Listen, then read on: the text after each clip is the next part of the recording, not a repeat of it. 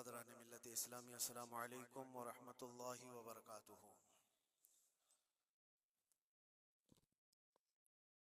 अल्हम्दुलिल्लाहि व कफ़ा व सलामुन अला हबीबिहिल मुस्तफ़ा अम्मा बअद फ़अऊज़ु बिल्लाहि मिनश शैतानिर रजीम बिस्मिल्लाहिर रहमानिर रहीम। इन्न इद्दतश शुहूरि इंदल्लाहि इस्ना अशरा शहरन फ़ी किताबिल्लाह यौम खलक़स समावाति वल अर्द मिन्हा अर्बअतुन हुरुम ज़ालिकद्दीनुल क़य्यिम इला आखिर हाज़िहिल आया। सदक़ल्लाहु मौलानल अज़ीम। बारगाह रिसालत मुआब सल्लल्लाहु अलैहि वसल्लम में दुरूद पाक का हदिया पेश करें। अल्लाहुम्मा सल्लि अला सय्यिदिना व मौलाना मुहम्मदिन मअदनिल जूदि वल करम व आलिहि व अस्हाबिहिल किराम व इब्निहिल करीम व बारिक व सल्लिम सलातन दाइमतन सरमदन अबदा। इस्लामी साल का पहला दिन है। मुहर्रमुल हराम की आज पहली तारीख और अल्लाह का शुक्र है कि ये नया साल जुमा के दिन से शुरू हो रहा है। अल्लाह ताला इस नए साल को हम सब के लिए खैर और बरकत वाला साल बनाए। वैसे तो ए मोमिनो, साल की शुरुआत ही से मुसलमानों को कुर्बानी का जज्बा सिखाया जाता है। ज़िलहिज्जा के महीने में बहुत बड़ी कुर्बानी, जिसको ज़िब्ह अज़ीम कहा है कुरान अज़ीम ने, सैयदना इस्माइल अलैहिस्सलाम की कुर्बानी की याद दिलाई जाती है। और मुहर्रम आते ही शर्क़ व ग़र्ब, शुमाल व जुनूब, तमाम तर मोमिनीन के दरमियान एक चर्चा मशहूर हो जाता है।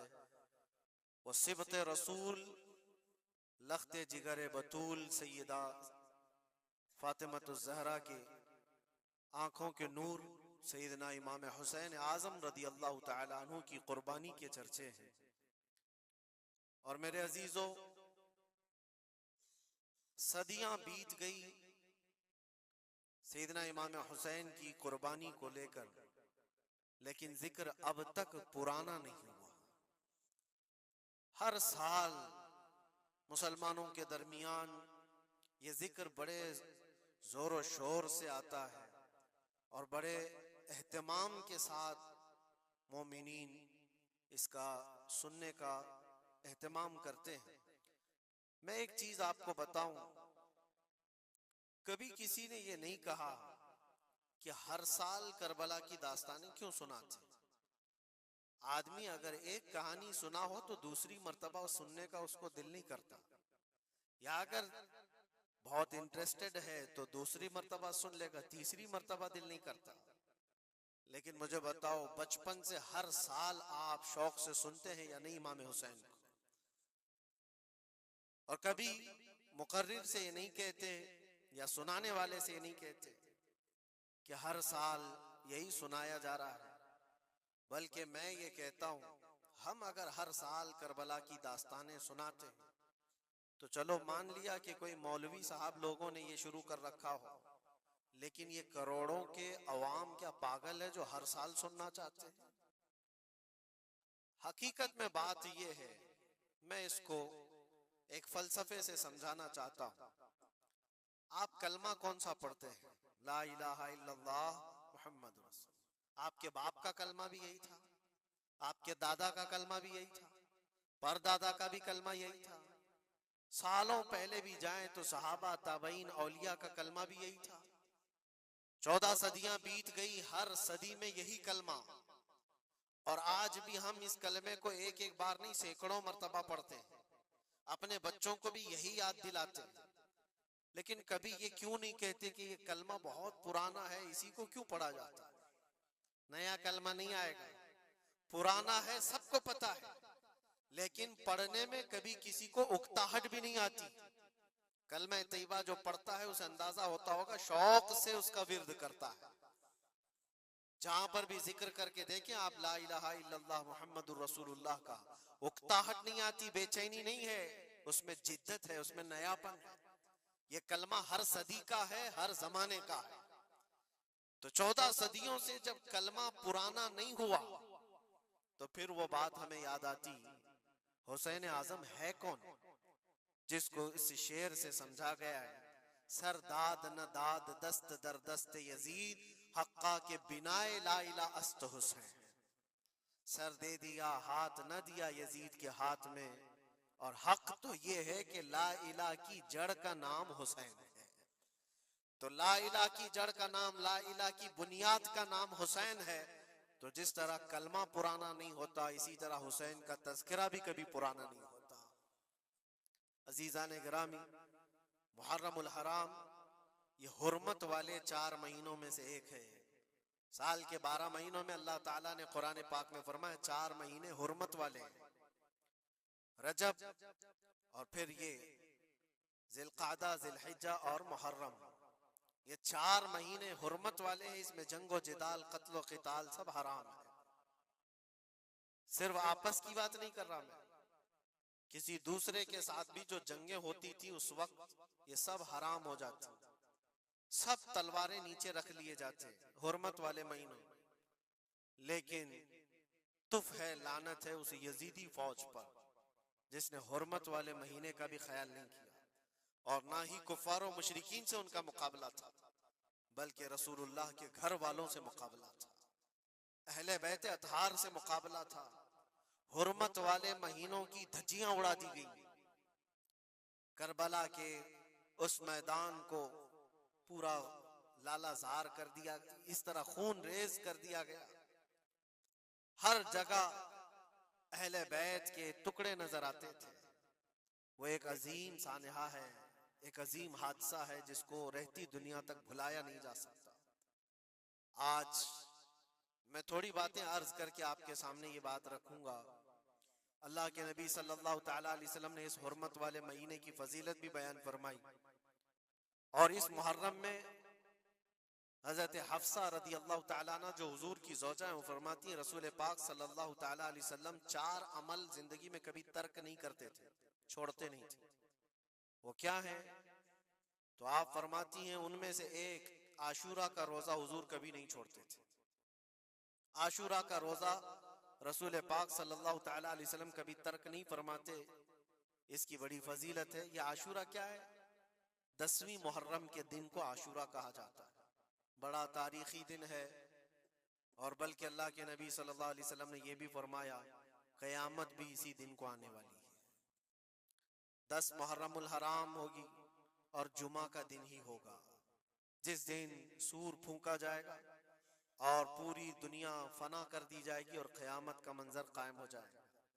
आशूरा का दिन आता है तो ऐ मोमिनो, सब के सब अल्लाह की बारगाह में दौड़ आ जाओ, इबादत के लिए लग जाओ। और उस दिन ये याद करना चाहिए कि यही वो दिन होगा जब हमें बारगाह रब्बुल इज्जत में खड़ा किया जाएगा। अव्वलीन से लेकर आखिरीन तक जितने भी पैदा हुए इस रोए जमीन पर सबको उठाया जाएगा, हिसाब व किताब होगा, और वो 50,000 साल के बराबर का एक दिन होगा। उस दिन को याद करके आशूरा का एहतमाम करना जरूरी है। आशूरा में तो वैसी यादगारें बहुत हैं। आदम अलैहिस्सलाम के मुतालिक उनकी तौबा उसी दिन कबूल हुई। नूह अलैहिस्सलाम की कौम पर जो अजाब आया था तूफान का, वो तूफान नूह से कश्ती को जो नजात मिली नूह अलैहिस्सलाम की, वो भी आशूरा का दिन था। सैयदना यूनुस अलैहिस्सलाम को मछली के पेट से बाहर निकाला गया, वो भी आशूरा का दिन था। मूसा अलैहिस्सलाम को फिरौन से नजात दी गई, फिरौन गर्क हो गया, पानी में डुबो दिया गया, वो भी आशूरा का दिन था। बहुत सारी इस तरह की तारीखी चीजें आशूरा के दिन। लेकिन ये सारी तारीखों पर एक तारीख गालिब आ जाती है, वो रसूलुल्लाह के नवासे की कुर्बानी का दिन, इसलिए कि वो पूरी उम्मत को हिला देने वाला हादसा है। नबी आखिरुज़्ज़मान सल्लल्लाहु तआला अलैहि वसल्लम ने अपने उस लख्ते जिगर को, अपने उस नूरे नजर को, जिसके लिए अपने सजदे लंबे कर दिया करते थे। जानते हैं आप, हुजूर पाक सल्लल्लाहु अलैहि वसल्लम के एक बेटे थे हजरत इब्राहिम, और ये उसी जमाने के हैं जब हजरत इमाम हुसैन भी पैदा हुए थे, और हुजूर की गोद में आपके अपने बेटे भी थे। हुजूर सल्लल्लाहु तआला अलैहि वसल्लम के वो एक ही बेटे हैं जो 6 महीने तक जिंदा रहे। हुजूर सल्लल्लाहु अलैहि वसल्लम अपनी गोद में बिठाकर उन्हें प्यार कर रहे थे। और इमाम हुसैन को भी गोद में रखे हुए थे। एक तरफ नवासा है और एक तरफ बेटा है। जिब्राइल अमीन ने आकर के अर्ज किया अल्लाह के नबी सल्लल्लाहु अलैहि वसल्लम से, कहा रब तबारक व तआला की मंशा ये है कि इन दोनों में से आप किसी एक ही को रख सकते। अल्लाह के नबी सल्लल्लाहु अलैहि वसल्लम ने इमाम हुसैन पर अपने बेटे को कुर्बान कर दिया। कहा है जिब्राइल हुसैन को रहने दो, इसलिए कि ये मेरी आंखों का भी नूर है और फातिमा की आंखों का भी नूर है। फिर चंद ही दिन के बाद हजरत इब्राहिम का इंतकाल हो गया। आप अंदाजा करें, जिस हुसैन आजम के लिए रसूल पाक सल्लल्लाहु अलैहि वसल्लम ने अपने बेटे को कुर्बान किया और मदीने की गलियों में जिसको अपने कंधों पर उठाकर सवार करते थे, इमाम हुसैन हुजूर के सल्लल्लाहु ताला अलैहि वसल्लम के कंधों पर सवारी किया करते थे। दोषे नबुव्वत जिनकी सवारी हो, अंदाजा कर सकता है कोई? उस हुसैन आजम के चर्चे मदीने तैयबा में बचपन में ही आम थे। सहाबा इकराम रिज़वानुल्लाहि ताला अलैहिम अजमईन देखते थे, कभी हुजूर सल्लल्लाहु ताला अलैहि वसल्लम मस्जिद नबवी तशरीफ लाते तो ये दोनों शहजादे हुजूर के जुब्बे पर लटके हुए आते थे। कभी हुजूर मिंबर पर खड़े हैं तो एक शहजादा हुजूर के एक कदम को पकड़ा है, दूसरा दूसरे कदम को पकड़ा हुआ है। ये तो उनकी परवरिश थी जो बचपने की थी। सहाबा उनकी इस बचपने पर रश्क किया करते थे और सहाबा इकराम रिज़वानुल्लाहि ताला अलैहिम अजमईन अदब हद दर्जे का करते थे। आपको मैं बताऊं, अदब तो ऐसा था अहले बैत अतहार का। इमाम हुसैन की उम्र छोटी सी थी, इमाम हुसैन, और एक जमाना ऐसा था जब हुजूर पाक सल्लल्लाहु अलैहि वसल्लम के विसाल के बाद हजरत अबू बकर का जमाना आया। 2.5 साल आपने खिलाफत की। फिर उसके बाद हजरत उमर का दौरे खिलाफत शुरू हुआ और हजरत उमर के दौरे खिलाफत को कौन नहीं जानता। ऐसे रोबो दबदबे वाला खलीफा के लोग उनकी हैबत से कांपते थे। कैसर और किसरा कांप रहे होते थे। बड़ी बड़ी फौजें थर्राती थी उस नाम से, हजरत उमर के नाम से। उनके दौरे खिलाफत में एक बार ऐसा हुआ था कि हजरत उमर के बेटे हैं अब्दुल्ला, और उनका और हजरत इमाम हुसैन का बचपन में कुछ झगड़ा हो गया। छोटी उम्र थी, इमाम हुसैन की भी उम्र छोटी थी, अब्दुल्ला की उम्र भी छोटी थी। दोनों तकरार करते रहे, कुछ न कुछ बातचीत हुई होगी। तो हजरत हुसैन ने हजरत अब्दुल्ला को गुस्से में यूं कहा, तू क्या मुझसे बहस करता है? तेरा बाप तो मेरे नाना का गुलाम था, खलीफा वक्त हैं वो, और उनको इस तरह से कहा तेरा बाप आज जो खलीफा है वो मेरे नाना का गुलाम था। हजरत अब्दुल्ला को ये बात लगी, कहा मैं ये शिकायत अमीरुल मोमिनीन से करूंगा। वो दौड़ करके आए, खलीफा वक्त है जिसके सामने खड़े होने के लिए अच्छे अच्छे कांप जाते थे। बेटे ने आकर के कहा हजरत उमर फारूक से कि अब्बा आज मेरी हुसैन से तकरार हुई और झगड़े में उन्होंने मुझे यूं ताना मारा कि तेरा बाप मेरे नाना का गुलाम था। हजरत उमर उतर आए कुर्सी से और कहा क्या हुसैन ने ऐसा कहा? कहा बिल्कुल ऐसा ही कहा। तो हजरत अब्दुल्ला कहते हैं अब्बा का जलाल देख करके मैं समझ गया कि हुसैन को सजा मिलेगी। कहा जाओ हुसैन को बुला लाओ, हुसैन को बुला लाओ, उन्होंने ये कहा है मैं सुनना चाहता हूं। हजरत अब्दुल्ला दौड़े हुए गए, चंद और लोग भी साथ में आ गए कि हुसैन की पेशी हो गई है खलीफा वक्त के दरबार में। अमीरुल मोमिनीन उमर इब्न खत्ताब ने तलब किया है। हजरत हुसैन आए और वो शहजादे के अंदर जो रोबो दबदबा है, जलाल है, जमाल है, वो बचपने से कायम। रसूलुल्लाह सल्लल्लाहु अलैहि वसल्लम का लुआबे पाक जिसने पिया, खलीफा वक्त के सामने आकर खड़े हुए। हजरत उमर ने पूछा हुसैन मेरे बेटे को क्या आपने ऐसा कहा है कि तेरा बाप मेरे नाना का गुलाम था? हजरत हुसैन ने कहा हाँ मैंने कहा है। डर किस बात का, खौफ किस बात का? जो कहा है वो कह रहा हूं, हाँ मैंने कहा। हजरत उमर ने कहा कैसे कहे बताओ, किस तरह से तुमने कहा था, बोल के बताओ। हजरत हुसैन ने कहा मैंने अब्दुल्ला से ये कहा तेरा बाप मेरे नाना का गुलाम था। हजरत उमर ने कहा और एक बार बोलो। हजरत हुसैन ने फिर कहा अब्दुल्ला तेरा बाप मेरे नाना का गुलाम था। हजरत उमर ने कहा और एक बार बोलो। 3 बार बोलने के बाद उनके दोनों बाजू पकड़ करके घुटने जमीन पर टेक दिया। हजरत अमीरुल मोमिनीन कहते हैं मेरी बख्शिश के लिए तुम्हारे जुमले ही काफी हो गए। आपने जो मुझे सनद दी है, ए हुसैन, बस ये जुमला कल क़यामत के दिन भी कह देना, जब मेरा हिसाब हो रहा हो तो इतना कह देना, अब्दुल्ला का बाप उमर मेरे नाना का गुलाम था। इसलिए कि रसूल करीम सल्लल्लाहु अलैहि वसल्लम ने फरमाया है, अल हसन वल हुसैन सय्यदा शबाब अहलिल जन्ना, हसन और हुसैन जन्नती जवानों के सरदार हैं। ये जिसे इजाजत दे दे वो जन्नत में चला जाएगा, जिसे ये कह दे वो कि ये मेरे नाना का गुलाम है। मुझे बताओ मेरे अजीजों, उस हुसैन आजम की बात मैं कर रहा हूँ, वक्त का बारौब खलीफा अमीरुल मोमिनीन उमर इब्न खत्ताब, जिनके सामने घुटने टेक करके बैठे और कहे ये जुमला दोबारा कहो, उनका मकाम क्या हो सकता है।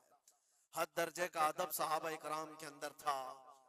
और एक मर्तबा ऐसा भी हुआ था, हजरत उमर मिंबर पर खड़े थे, हजरत इमाम हुसैन अपने घर से दौड़ते हुए आए। ये वो मंजर था जब उन्होंने अपने नाना को मिंबर पर खुतबा देते हुए सुना है। जमाना उन्होंने आंखें खोली हैं हुजूर की गोद में, बचपना पाया है रसूलुल्लाह के घर में, और देखा है सबसे पहले खुतबा देते हुए तो अपने नाना को देखा था। लेकिन जब रसूल करीम सल्लल्लाहु अलैहि वसल्लम की वफात हो गई तो पूरा अंधेरा सा छाया हुआ था। हजरत इमाम हुसैन, उनके मुतालिक है कि एक बार हजरत उमर मिंबर पर खड़े थे, वो दौड़ते हुए आए मस्जिद में। हजरत हुसैन को ऐसा लगा कि रसूलुल्लाह खुतबा दे रहे हैं। वो यादें कहां से जाती जो रसूलुल्लाह को खुतबा देते हुए देखा था। दौड़ते हुए आए, देखा उमर फारूक खुतबा दे रहे हैं, तो चीख करके कहा कि आप मेरे नाना के मिंबर से उतर जाओ, ये मेरे बाप का मिंबर है, अपने बाप के मिंबर पर जाओ, तुम्हारे बाप के मिंबर पर जाओ। हजरत उमर उतर गए, ये नहीं कि खुतबा कायम रखा, फौरन उतर आए और शहजादे को पकड़ करके रोने लग गए। सच कहा है हुसैन, ये मिंबर तो तुम्हारे घर का ही है, ये मिंबर तुम्हारे बाप का है, तुम्हारे नाना का है, और उन्होंने ये इज्जत बख्शी है हमें कि हम इस मिंबर पर खड़े होते हैं। अगर आप इजाजत दें तो मैं खुतबा दूं, वरना मैं यहीं बैठा रहूं। ये मकाम था इमाम हुसैन का, बचपने की बात कर रहा हूं। फिर उन्होंने कहा आप खुतबा दें। हजरत उमर खुतबा देने लगे। अजीजा ने गिरामी, रसूल करीम सल्लल्लाहु ताला अलैहि वसल्लम के उस अजीम खानवादे की बात कर रहा हूं।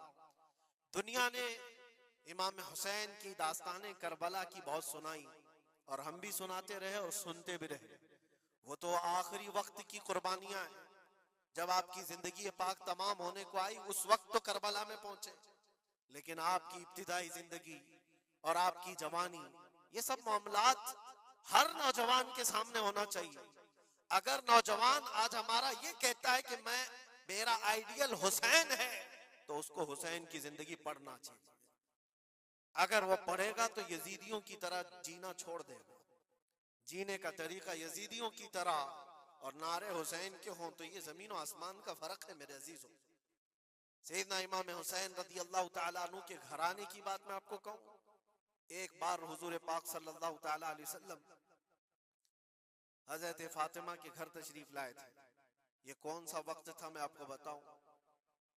बच्चे दोनों बीमार थे, इमाम हसन और इमाम हुसैन।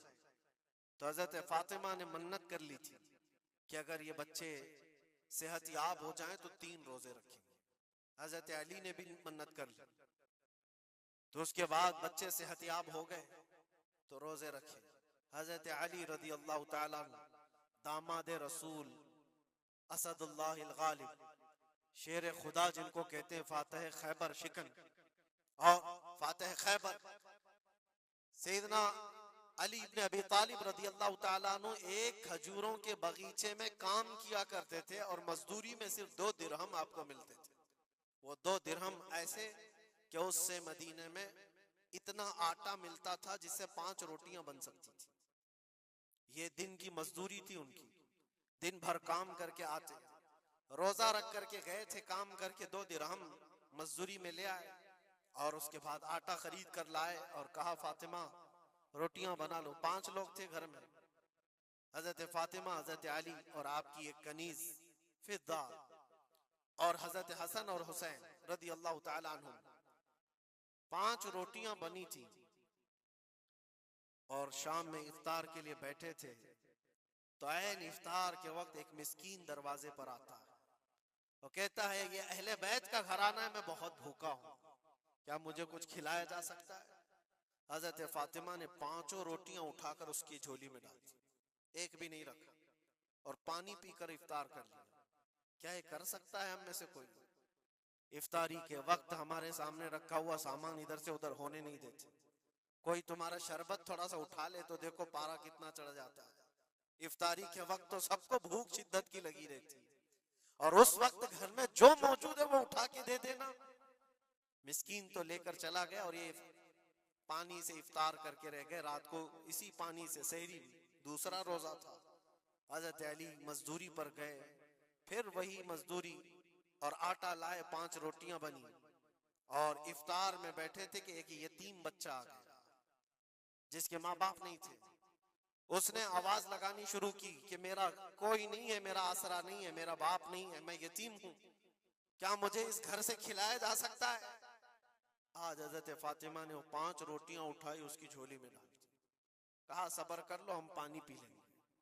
पानी पीकर दूसरा दिन इफ्तार कर लिया इन्होंने, और उस दिन उसी तरह से सहरी किए, और तीसरा रोजा था। कौन रख सकता है मेरे अजीज?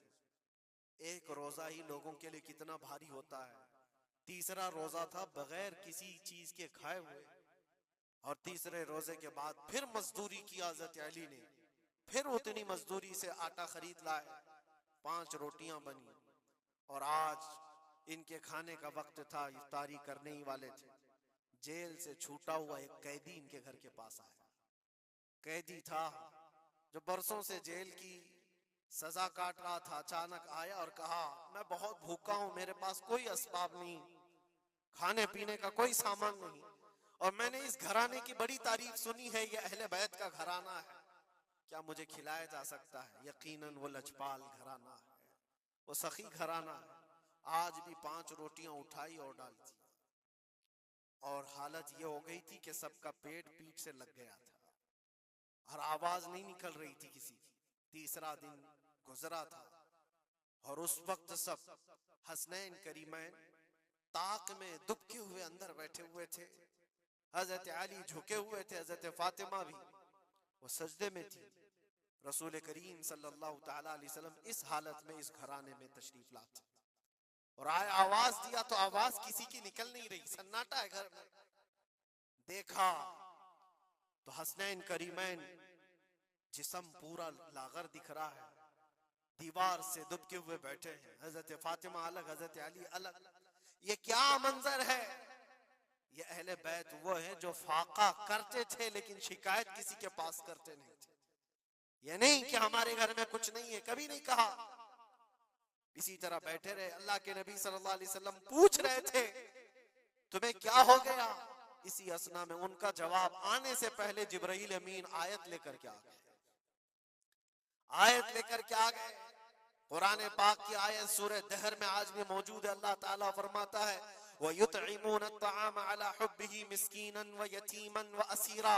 ए रसूल पाक, ये वो घराना है जो अल्लाह की मोहब्बत में कभी मिस्कीन को खिलाता है, कभी यतीम को खिलाता है, और कभी कैदियों को खिलाता है। और हुजूर को हजरत जिब्राइल ने बशारत दी, न वो मिस्कीन घर पे आया था, न यतीम घर पे आया था, न कैदी घर पे आया था, वो तो अल्लाह का फरिश्ता था जो अहले बैत का इम्तिहान ले रहा था।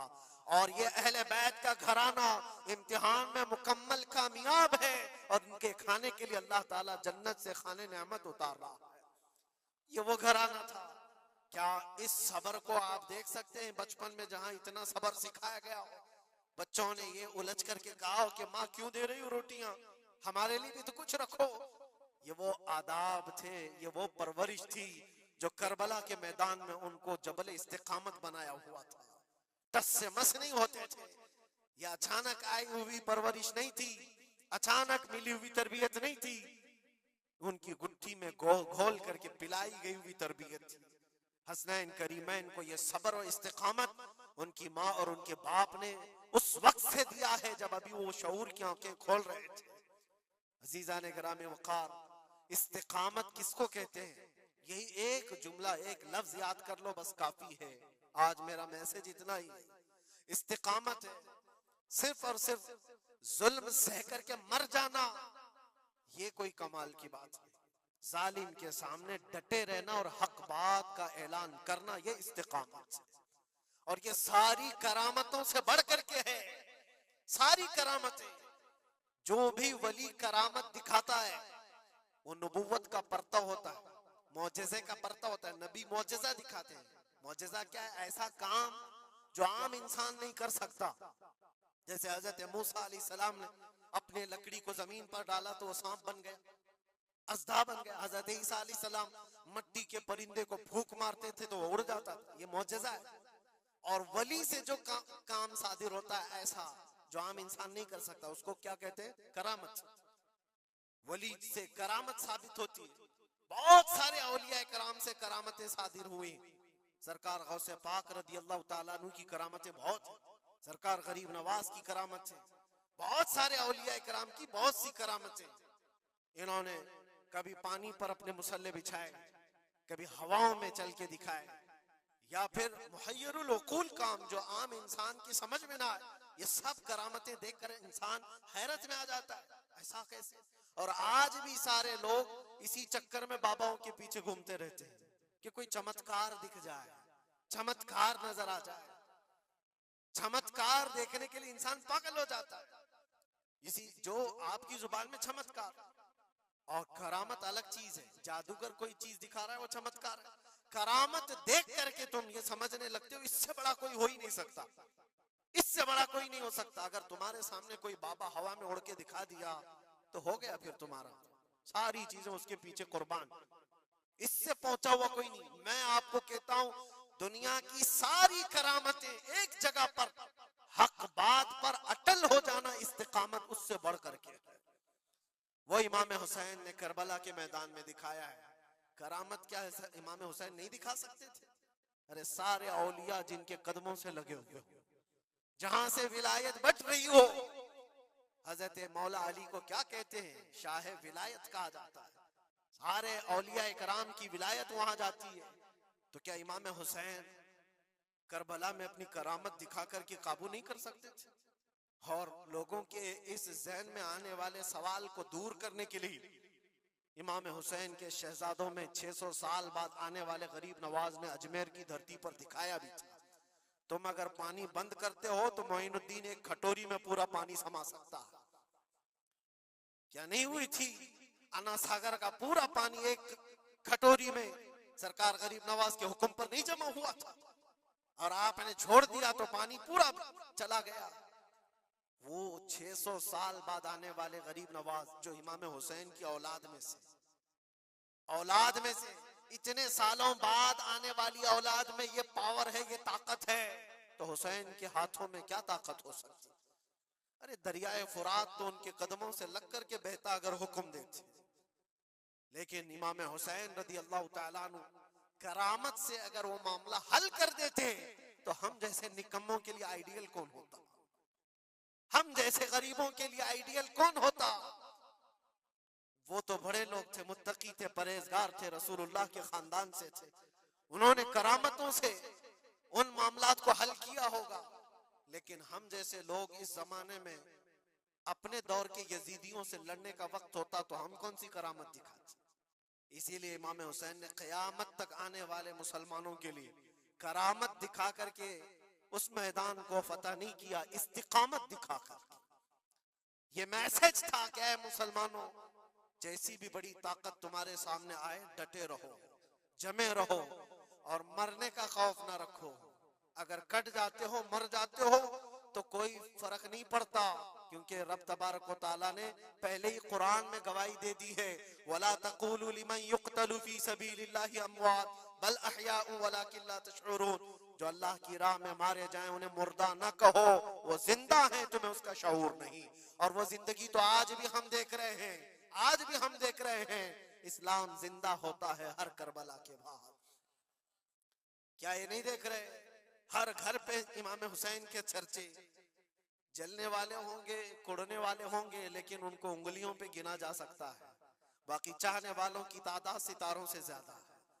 इमाम हुसैन का झंडा आज भी उसी तरह लहरा रहा है। सच बताऊं मैं आपको, कभी आपको इत्तेफाक हो तो मुल्क शाम के दिमश्क में भी जाना, जहां पर 3 साल यजीद का दरबार लगता था। वो भी अपने वक्त का खलीफा बना हुआ था, और उसने जो अपने दौरे खिलाफत में, अपने दौरे हुकूमत में जुल्म ढाए वो तारीख में रकम हो चुके हैं। जा करके पूछना अहले शाम से, दिमश्क वालों से, कि एक दौर यहाँ तुम्हारा बादशाह रहता था, शाम का हुक्मरान यजीद, वो कहाँ है, उसकी कब्र कहाँ है? लोग तो बगलें उठा करके आपको कहेंगे कि यहाँ तो कोई ऐसी कब्र नहीं दिखती। हाँ, हमको पता है, बाज मुअर्रिखीन ने, बाज दानिश्वर जो पढ़े लिखे, वो कहते हैं जहां पर सारा कचरा एक जगह फेंका जाता है, डम किया जाता है दिमश्क का, वहां कहीं उसकी कब्र खो गई, उसमें कहीं कब्र खो गई। ये तो उसकी बात कर रहा हूं जो बादशाह था, फौज रखता था, ताज रखता था, तख्त रखता था और हुकूमत रखता था। उसका सवाल ऐसे। फिर आओ इराक की सरजमीन पर और करबला जाओ। सोचो, एक खुला चटेल मैदान था, यहाँ पर कोई आबादी नहीं थी, दूर दूर तक एक दरियाए फुरात बहती थी और बाकी कुछ नहीं था। और जाकर के आप ढूंढने लग जाओगे कि वो मैदान कहाँ है, तो तुम्हें मैदान नहीं मिलेगा, हर जगह आबादी ही आबादी।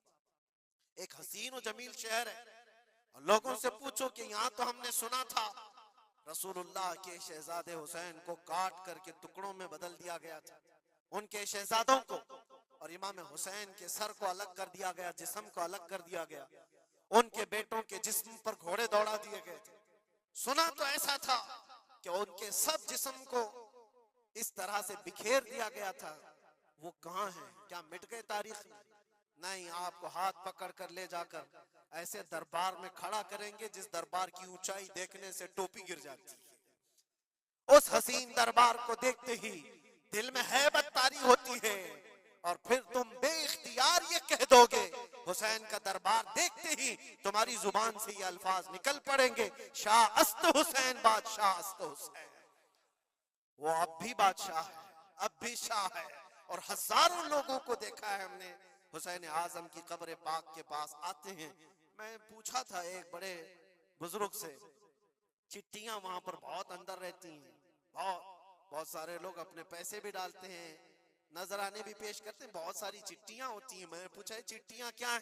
कहा बरसों से रिवाज है, जब किसी का कोई मसला हल नहीं होता तो वो पूरा चिट्ठी में अपना लिख करके लाता है और इमाम हुसैन के पास पेश करता है, इसलिए कि उसका विजदान ये कहता है हम रियाया हैं और वो बादशाह है।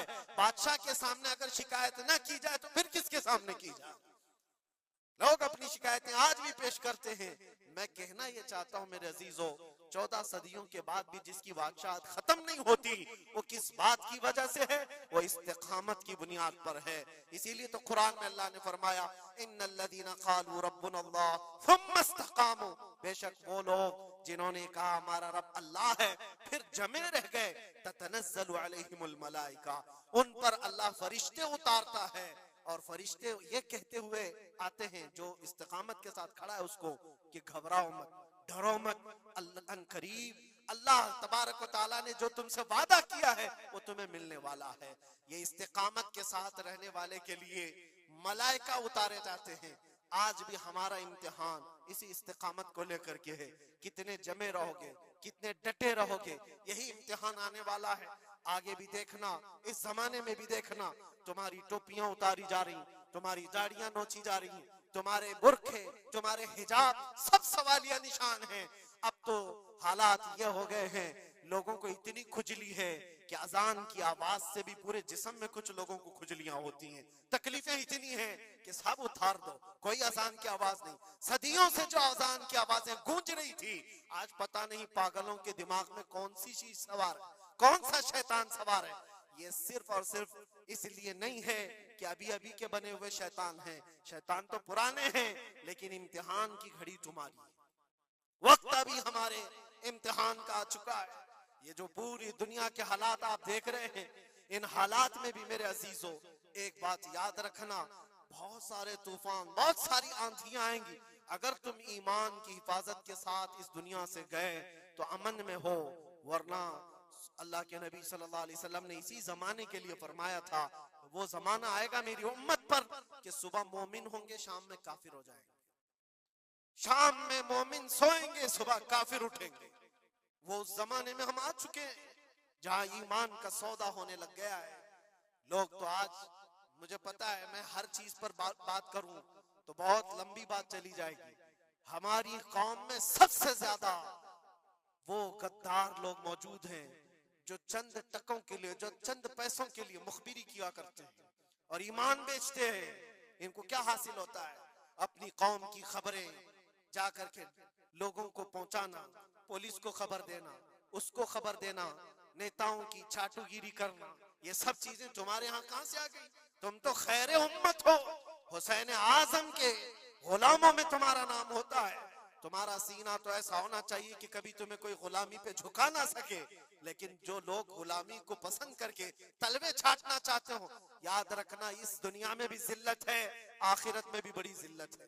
बहुत बड़ी जिल्लत का तौक उठा करके उठाए जाएंगे।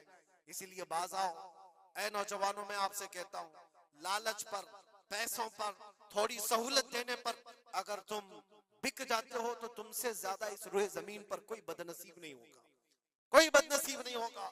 आपको पता है मुनाफिकीन के रद में अल्लाह ने कितनी आयतें उतारी, और कुरान में अल्लाह ने फरमाया इन्नल मुनाफिकीन फी दरकिल अस्फली मिनन नार, बेशक मुनाफिकीन जहन्नम के सबसे नीचे हिस्से में होंगे, सबसे ज्यादा अजाब में होंगे। कौन है वो मुनाफिक?